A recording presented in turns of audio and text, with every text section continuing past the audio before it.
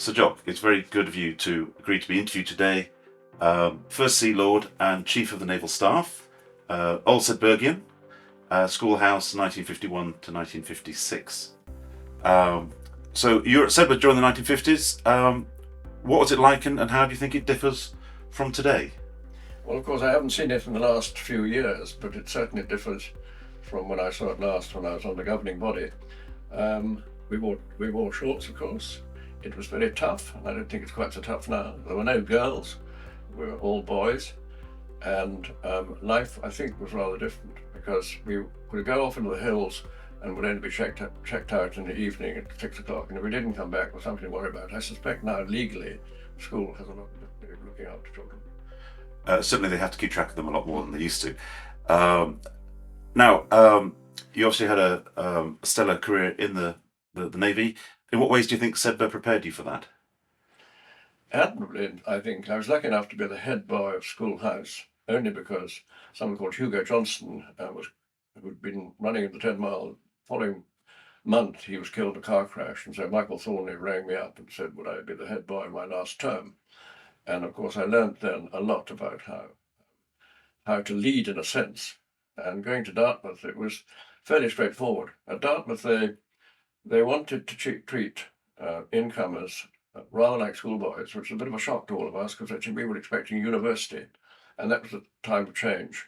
But on the whole, Sedberg prepared me brilliantly for Dartmouth. And what are the three things you enjoyed most at Sedberg? Well, I loved the hills. I loved running in the hills the whole time. I loved playing squash. I loved playing fives. I hated cricket. And I loved the music. The music was tremendous, thanks to my house tutor, Michael Thornley, who then became the headmaster in my last 2 years. And I enjoyed the musical side most of all. I learned how to play the flute, actually, quite by mistake. I didn't know what a flute was, and I was asked if I'd play the flute, and I did. I wish I hadn't, because I'd rather played the oboe or bassoon or clarinet, but it was the flute. And that, I used a lot of that at Sedberg. And a lot of people talk about their lifelong friendships they made at Sedberg. How important was that to you? I noticed you made that point in your questions.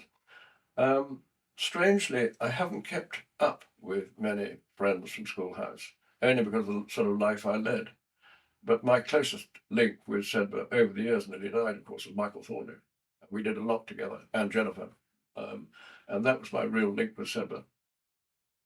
And you've indicated that you wish to leave your armorial banner to Sedberg to hang in the chapel.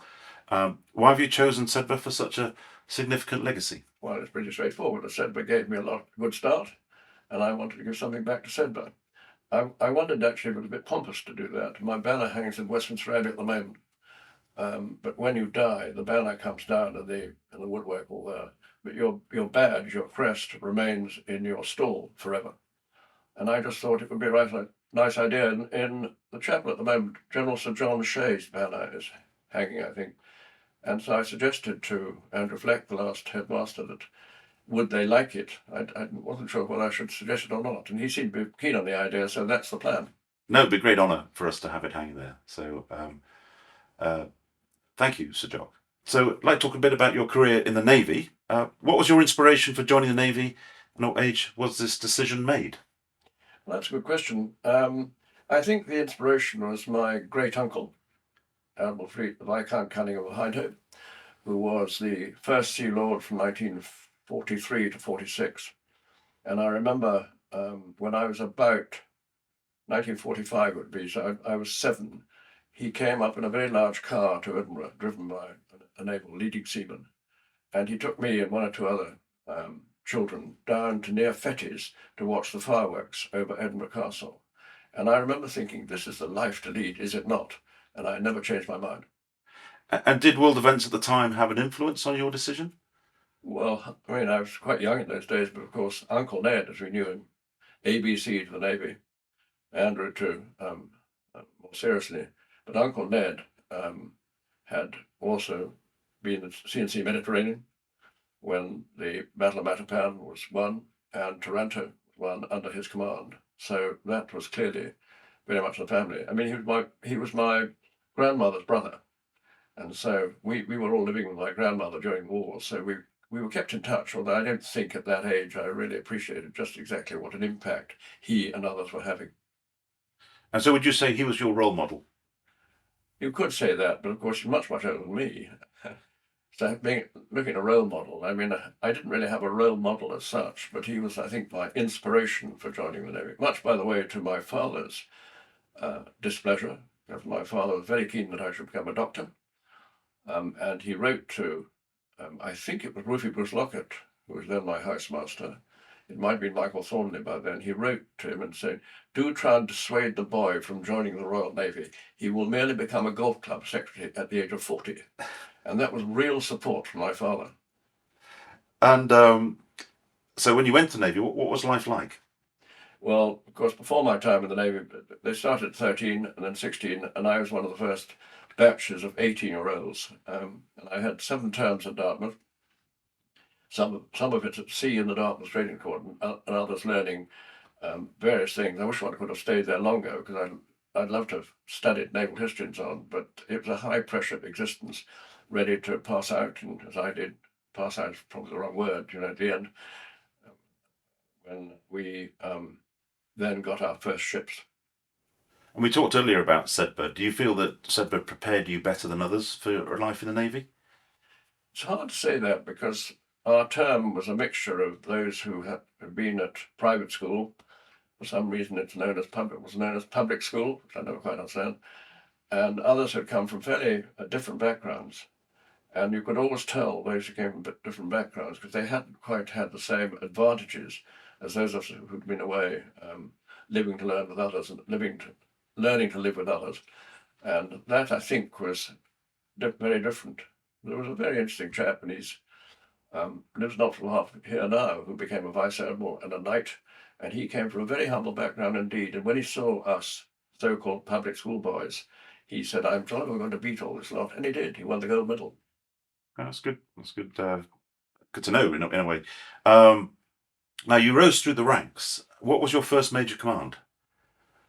My first major command, well, I commanded briefly coastal minesweeper for doing fishery protection, but that was quite small. My first major command was after I left working with the Queen, and that was HMS Jupiter, which was a Leander class frigate. And then about 3 or 4 years later, I was in command of HMS Kent, a guided missile destroyer. And finally, I was lucky enough to be the first captain of HMS Illustrious at the time of the Falklands crisis. And could you describe, because I believe that was a new ship, and you had to take it to sea, is that right? Or could you describe it? Yes. Illustrious was built at Swan Hunters.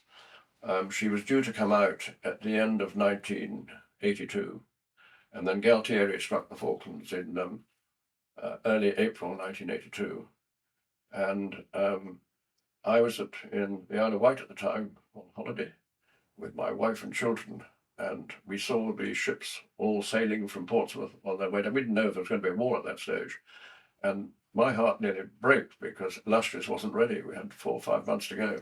And when I got up to the Tyne, to Swan Hunters, the CNC staff rang me and said, when can we get Illustrious out ready? And I said, it's a tall order, but I think the people in Newcastle will do their very best, and they did. And we came out, instead of at the end of September, October, we came out in early June. We were down in the south 6, 7 weeks later, the double air group embarked. It was a remarkable achievement by a lot of people. And presumably this was an inexperienced crew? They'd not sailed together before, is that correct? No, you must be joking in a sense. I remember standing as the captain the day before we went to sea, and these young sailors were being bussed up from the south here through Catterick, where they were getting into their uniforms and arriving on board Illustrious. I remember standing on the flight deck watching these young boys, 17, 8-year-olds, and I had this huge responsibility, looking after these boys. And I didn't know at that stage whether we were going to go to war. But it was a very moving time, and they're wonderful people, and we were extremely lucky with the ship's company. Of course, a lot depended on the quality of the commanders, the commander himself, the executive officer, and those who ran the engineering and the supply and so on. But it was a very successful time, but there was a lot of luck involved. So, in a way, you're thrown into this, or in an accelerated manner. How did you find that role of leadership? Leadership, well, that's a different matter. I think in terms of how the ship was run, everyone watches the captain. They like to see how he brings the ship alongside. They like to see how the ship is handled alongside a tanker and so on. And if the captain isn't hugely competent, then buzz gets around the ship in a very, very quick time indeed. And in a sense, you're setting the standards, you're requiring very high standards. You should never ask anyone to do something they themselves, that you should never ask someone to do something that you yourself can't do. And although captain of a big ship like the Illustrious, I was the conductor and I didn't play the violin or the cello, but the reality was that bringing it all together as a team in a very short order was a tremendous experience. I can imagine. And you rose to become First Sea Lord. Can you describe your broad responsibilities? Well, that was much later. I mean, I knew you were going to ask that question, and I'm going to tell you exactly what my responsibilities were as First Sea Lord. Of course, I was on the Defence Council's Chiefs of Staff Committee. I was on the senior nuclear group. I was professional head of the Royal Navy and the principal maritime advisor to the government. I had access to the Prime Minister, although had I needed to use that, I might as well have put on my sword and medals and left afterwards. So I never actually directly went to see the Prime Minister complain about how defence was being handled. But of course, we saw quite a lot of the Prime Minister at the time at various briefings. I was chairman of the Navy Board, so I was responsible for the fighting effectiveness, administration, the efficiency of the Royal Navy and the Royal Marines, their operational effectiveness of the UK's nuclear deterrent. It was a big portfolio. I especially got that out to read to you because if I could recite that now at my age, I'd be very, very remarkable. And how did you take to this? I mean, that's a huge responsibility for one man. Yes, but I mean, you have a huge staff. I believe very strongly indeed about the relationship between the chiefs of staff. The head of the defence staff, the chief of the defence staff was for all three, and then we had a chief of the naval staff, chief of general staff, and the chief of the air staff. And the essence of success, in my view at that time, was to have a very good rapport between these 4 senior people. And that's something that doesn't always happen. And you read in the papers where there's clashes of personality and so on. The reality is, of course, you're all fighting your own corner. It's limited funds, as always, but you had to get on. And in my day, I'm glad to say we did get on. And you mentioned the papers and what have you. So there were obviously a number of stakeholders, which would be, I'd say, politicians. You've got the other services, the press, and our allies. Did you find that you had to mediate between all those?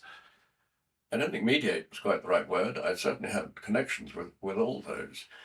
As far as the press were concerned, the media were concerned, I regularly gave lunches, unattributable briefings, and sometimes they became attributable when you didn't want it, and that of course infuriated the politicians because they were very uneasy about the senior people holding forth about what should happen as opposed to what was happening. But that was another way of dealing with defence, and in my day the Secretaries of State for Defence were Malcolm Rifkind, Michael Portillo, and then George Robertson. And they were all absolutely excellent. And one of the reasons I say that is because they did listen. They did make entirely clear when they wanted something particularly done. And at the end of the day, they had the say. They were the politicians. But on the whole, they took advice quite well, provided the rapport was good. And I always used to have working lunches with politicians, particularly George Robertson, when we were arguing the case for the future aircraft carriers. George Robertson came and had lunch with me in my flat in London, where we weren't disturbed by anyone, including the civil service. And the civil service is the other key part, because they were a very clearly important element in how the Ministry of Defence was run. And if you tried to get the better of the civil service, they would make it entirely clear that this was their job, not yours. Now, obviously, what's on everyone's mind today is the war in Ukraine and what have you, and the instability that's causing. In your time as First Sea Lord, did you have contacts with, say, your equivalent in Russia? Absolutely. Of course, 20 years ago, which is when I was operating, we were doing our level best to bring the Russians into the fold of NATO, and they were enjoying it. I actually did 2 official visits to Russia, one in Moscow and the other in St. Petersburg.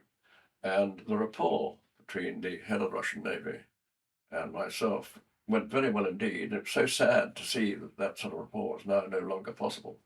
I don't want to talk about Putin because that's another matter, but the reality is the chiefs of staff do have incoming visits from fellow chiefs of staff, and they go outwards to various visits. So they became great friends, particularly at NATO. My links with the French head of Navy, the German, the Italian, and of course the United States Navy, which of course was the biggest and closest ally. We had very big relationships with the United States at every level. And presumably that increased our trust with working with each other. Oh, well, certainly it does, but it does exactly the opposite if you discover that for instance, there was a NATO country that I felt it was necessary to say some fairly tough things about in our staff talks, whether they were paying enough attention to a particular subject.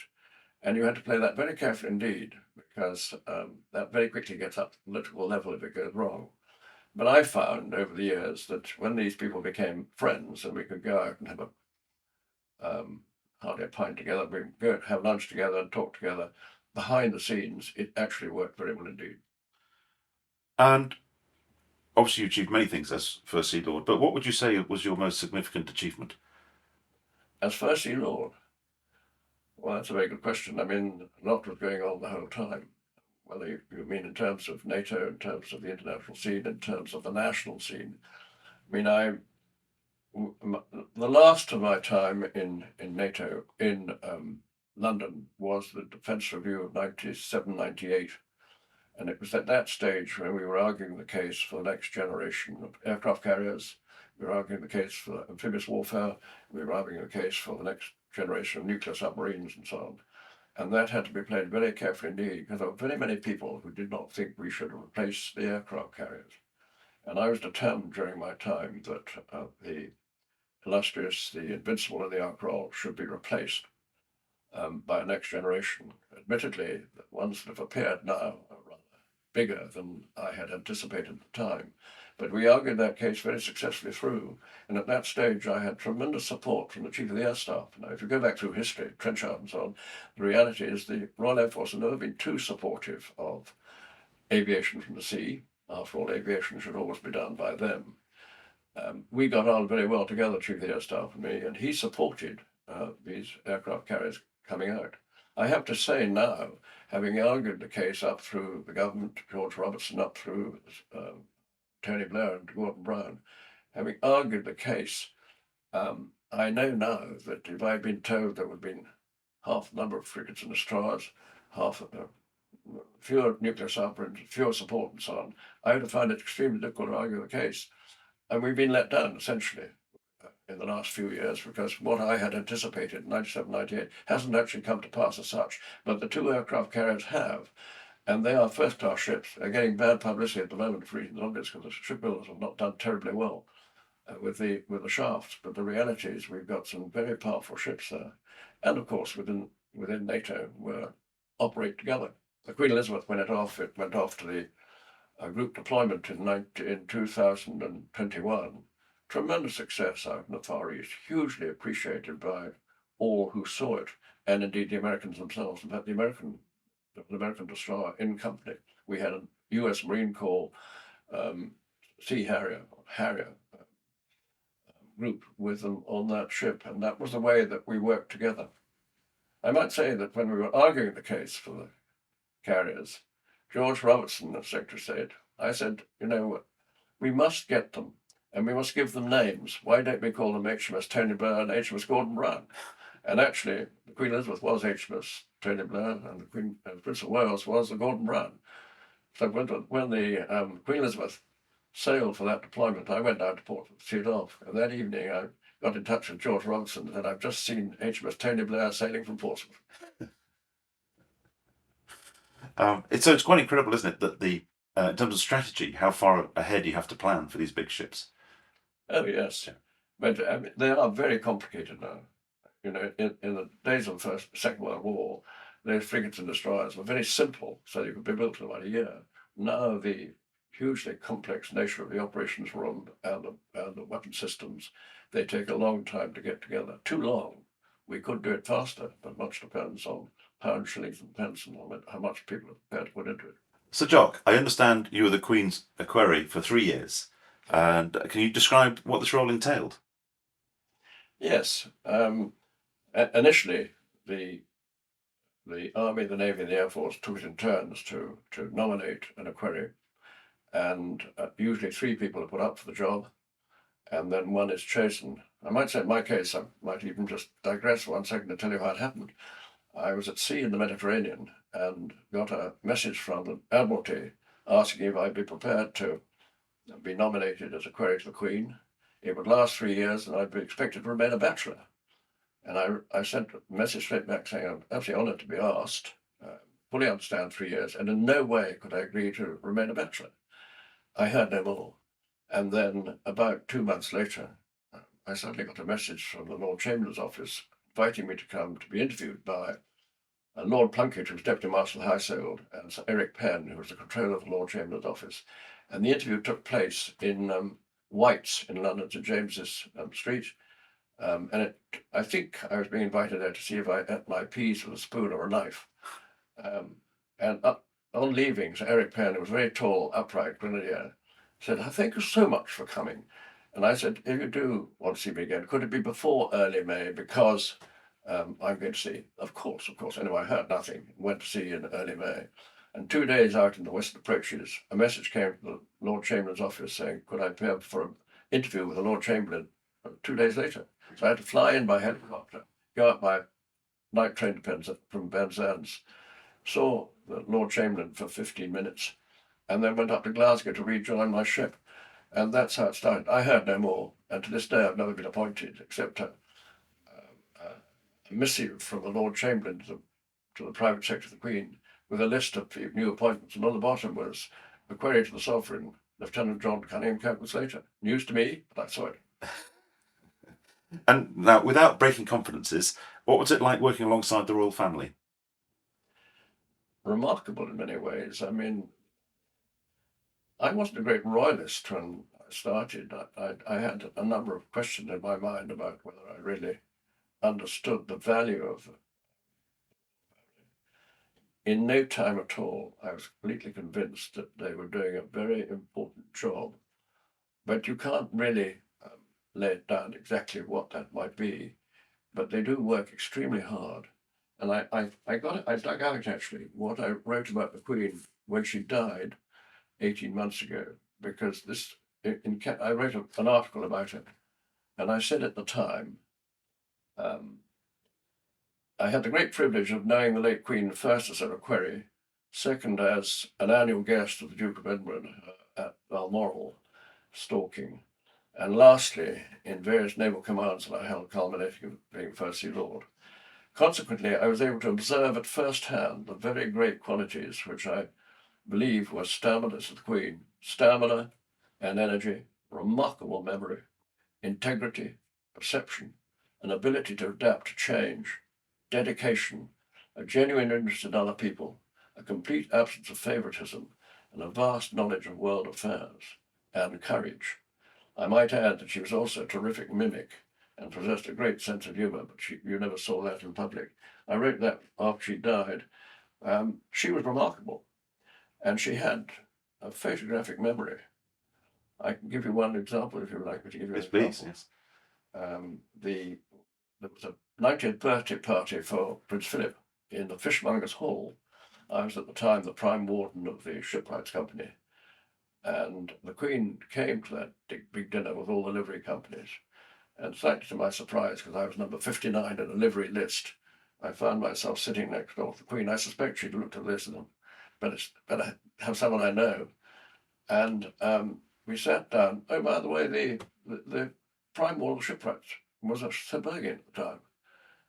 Great man in fishing. I can't remember his name now, because I hadn't expected to talk about this. But the reality was, after the first course, the Gresham School Choir were going to sing in the gallery. And they were handing round little cups of crayfish soup. And I thought, God, that I'm allergic. And just before music started, the Queen turned around and said, "You can't eat that." So, Jock, during your time as the Queen's Equerry, you must have met a number of world leaders. Can you describe some of the people you met? Well, that would take a very long time. I could write a book because, of course, my task when people were coming to have audiences with the Queen, my task was to meet them, take them up, and so on. So, of course, all the government ministers I saw a lot of, not least the Prime Minister with his regular audiences. But at home and abroad, many people came to see the Queen. I mean, I met Nixon, I can't remember if I got the dates right, but then people like Nixon, Mandela, I met at one stage, a little later on actually than that. Certainly all the Commonwealth leaders, because we had Commonwealth government conferences, if you remember. I remember meeting the three who'd just come back from the moon, by the way. They arrived in London. It was uncanny. All Armstrong, Aldrin, and whatever he was called. It was uncanny to feel at the grand entrance of Buckingham Palace, shaking hands with these people who'd been on the moon and only about 3 weeks before. And actually, in my scrapbooks there, I've got a photograph which I was sent from the American Embassy, signed by these three, and a little letter saying, "Thank you for looking after me." But it's quite extraordinary meeting these people who had such a reputation. And of course, the presence of all the countries met the Queen, and they looked up to her. She had the most amazing effect on world leaders. Absolutely amazing. And I believe you met, was it George Bush as president, or? Oh, that was much later. Was it? When I was the chairman of the Imperial War Museum. We have the Imperial War Museum includes at Duxford the American Air Museum, and they wanted to re-establish it, to rededicate it, and I invited George Bush, number 41. That's the one who's dead, not the present, to come and open it. And it was extraordinary. He flew over. We had 1,500 Americans at Duxford that day as guests. I gave a lunch for George Bush, and Annie was there too. I tried to get the Prince of Wales down from Balmoral, actually, and he was reluctant because it was the time of stalking, it was the time of the holidays. But he very kindly flew down specially and helped me look after George Bush. And then we had a very classic pompous speeches on a dais before great flypast. And George Bush was amazing because we had the aircraft that he crashed in the Pacific, and it was called Barbara Bush. And we showed him this, and he was very moved by it. So when it came to his time for the speech, an acolyte came up the stage to give us a thing to speak from, and he just put it underneath and spoke from the heart. He was very good indeed, most impressive. Yes. Because he was nearly captured, I think, during the Second World War. Is that correct? Well, he certainly sank. I can't remember. He certainly crashed. I can't remember. Now, if I may ask you about some career advice for our younger Sudburgians. So, what do you think is more important? Hard work, ambition, innate talent, or luck? All four. All four. Absolutely. I mean, if you want to get anywhere in life, it's quite a good idea to be ambitious. There's a lot of luck involved. I don't know about the talent, because you can develop talent, but just like a cricketer, you're a good cricketer, you've got the talent, you play cricket. People don't have that talent. And so, in a sense, the people who came to command ships did have a certain amount of talent. What was the fourth one? Was luck. Luck, yes. Yes. I said that to begin with. There's luck involved in everything, being in the right place at the right time. So when I interviewed Lord Lupton, he said that you had to put yourself in the way of luck, which I thought was quite an interesting expression. Would you agree with that? Well, I never thought about that, really. I just regard one's career as luck. I always used to say, great thing about a career in the Navy, and it applies to law, it applies to medicine, sort of, is to surround yourself with people of great quality and ability, delegate to them mercilessly, and never stay in a job long enough to be fully tested. And funny enough, it's true. It's true in a sense, because anyone who gets fully tested, stays there too long, tends to go off the boil, in my view. So luck is certainly involved, and I regard myself as extremely lucky in my 43 years in the Royal Navy. And after the Royal Navy, I think you held certain positions as on various boards. Would that be correct? Yes, I mean, I set out to double my pension because, if I'd wanted to make a success of life, I wouldn't have joined the Navy. I'd have gone into the city. But yes, I think that of the jobs I did after the Navy, I was chairman of the Imperial War Museum, I was chairman of the RLI, and a number of things like that. But in order to earn a bit of money, I was on the board of Lockheed Martin, the big American defense company, Lockheed Martin UK, and I was on the board of Vosper Thornycroft here, which did the shipbuilding. And I did Bristow helicopters for a year or two in order to try and make a bit more money to keep my wife in the way she's accustomed. Fair enough. And now you're clearly a leader. And what are your tips and advice for those who want to be in management? Work very hard. Never ever try and do too much. Don't overextend yourself. Keep fit. No two ways about that. Keep fit. Make sure you've got a sense of humor right there and never lose a sense of humor.